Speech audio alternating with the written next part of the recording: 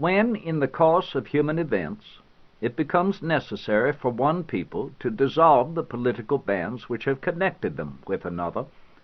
and to assume among the powers of the earth the separate and equal station to which the laws of nature and of nature's God entitle them, a decent respect to the opinions of mankind requires that they should declare the causes which impel them to the separation. We hold these truths to be self-evident, that all men are created equal, that they are endowed by their Creator with certain unalienable rights, that among these are life, liberty, and the pursuit of happiness,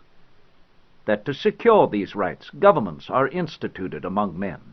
deriving their just powers from the consent of the governed, that whenever any form of government becomes destructive of these ends, it is the right of the people to alter or to abolish it, and to institute new government, laying its foundation on such principles, and organizing its powers in such form as to them shall seem most likely to affect their safety and happiness. Prudence, indeed, will dictate that governments long established should not be changed for light or transient causes, and accordingly all experience hath shewn that mankind are more disposed to suffer while evils are sufferable than to right themselves by abolishing the forms to which they are accustomed. But when a long train of abuses and usurpations, pursuing invariably the same object, evinces a design to reduce them under absolute despotism, it is their right, it is their duty, to throw off such government, and to provide new gods for their future security. Such has been the patient sufferance of these colonies, and such is now the necessity which constrains them to alter their former systems of government. The history of the present King of Great Britain is a history of repeated injuries and usurpations, all having in direct object the establishment of an absolute tyranny over these states. To prove this, let facts be submitted to a candid world. He has refused his assent to laws the most wholesome and necessary for the public good.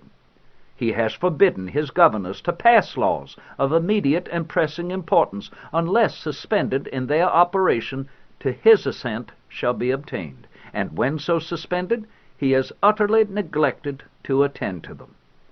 He has refused to pass other laws for the accommodation of large districts of people, unless those people would relinquish the right of representation in the legislature, a right inestimable to them and formidable to tyrants only.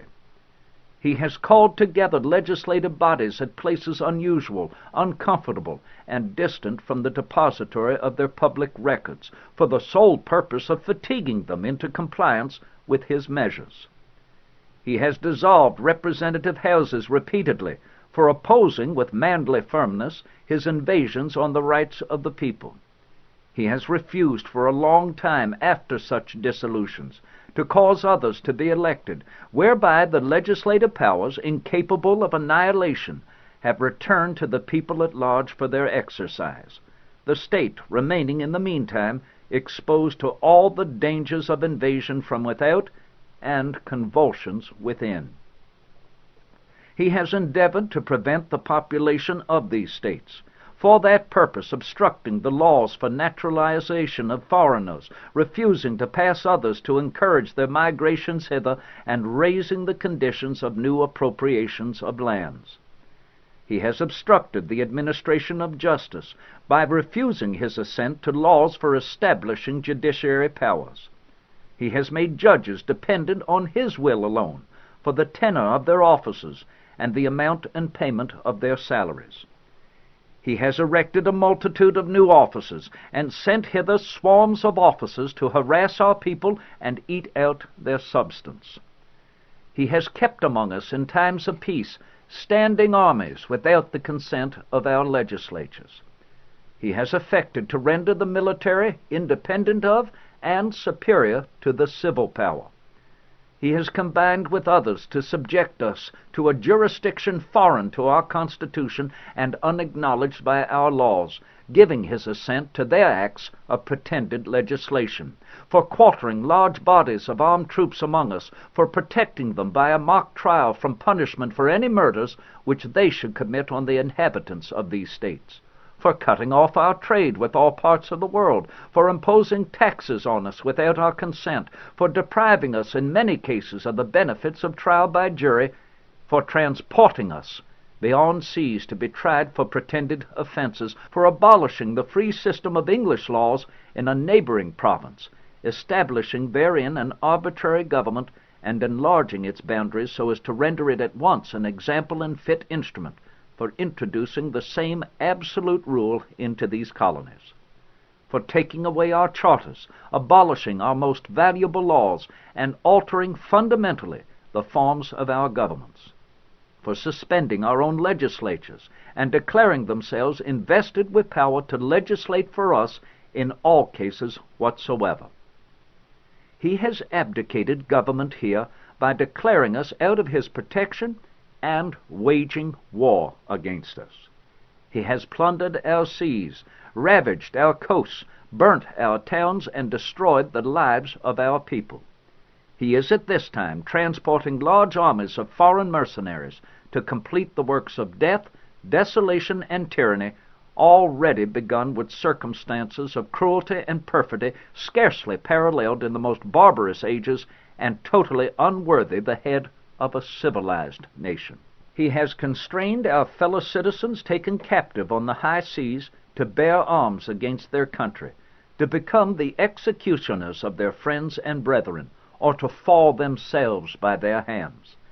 He has excited domestic insurrections amongst us, and has endeavored to bring on the inhabitants of our frontiers the merciless Indian savages, whose known rule of warfare is an undistinguished destruction of all ages, sexes, and conditions. In every stage of these oppressions we have petitioned for redress in the most humble terms. Our repeated petitions have been answered only by repeated injury. A prince whose character is thus marked by every act which may define a tyrant is unfit to be the ruler of a free people. Nor have we been wanting in attentions to our British brethren. We have warned them from time to time of attempts by their legislature to extend an unwarrantable jurisdiction over us. We have reminded them of the circumstances of our emigration and settlement here. We have appealed to their native justice and magnanimity, and we have conjured them by the ties of our common kindred to disavow these usurpations, which would inevitably interrupt our connections and correspondence. They, too, have been deaf to the voice of justice and of consanguinity. We must, therefore, acquiesce in the necessity which denounces our separation, and hold them as we hold the rest of mankind, enemies in war, in peace friends. We, therefore, the representatives of the United States of America in General Congress assembled, appealing to the Supreme Judge of the world for the rectitude of our intentions, do in the name and by authority of the good people of these colonies solemnly publish and declare that these united colonies are, and of right ought to be, free and independent states, that they are absolved from all allegiance to the British Crown, and that all political connection between them and the state of Great Britain is and ought to be totally dissolved, and that as free and independent states they have full power to levy war, conclude peace, contract alliances, establish commerce, and to do all other acts and things which independent states may of right do. And for the support of this declaration, with a firm reliance on the protection of divine providence, we mutually pledge to each other our lives, our fortunes, and our